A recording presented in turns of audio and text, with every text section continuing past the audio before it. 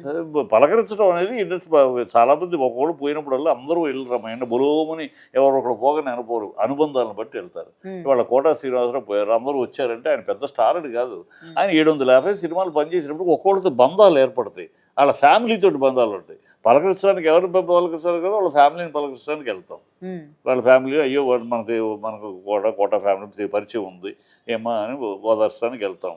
పరిచయమే లేనప్పుడు పేరు పరిచయమే తప్పితే పరిచయం లేనప్పుడు విశ్వ వెంకటేష్ నేనున్నా, నాకు పేరు పరిచయం కనపడినప్పుడు నమస్కారం అంత తప్పితే వాళ్ళ ఫ్యామిలీతో వాళ్ళతో మనకేమి ఇంటరాక్షన్ లేదు. ఎవరో అడిగారు, ఓ మంచి నటుడు పోయాడు అంతే తప్పితే వెళ్ళిపోయి పలకరించి ఫ్యామిలీ వెళ్ళి పలకరించి మీకేం ఎందుకు అడుగుతారమ్మా ఈ ప్రతిదానికి ఎక్కడ ఇప్పుడు వీళ్ళు ఇవాగే వాళ్ళు ఎవరన్నా వెళ్ళి వాళ్ళ బంధువుల్లోనే ఎవరన్నా వాళ్ళు చచ్చిపోతే ప్రతిదాన్ని పరిగెడుతున్నారా? బాగా బంధం ఉంటేనే పరిగెడతారు.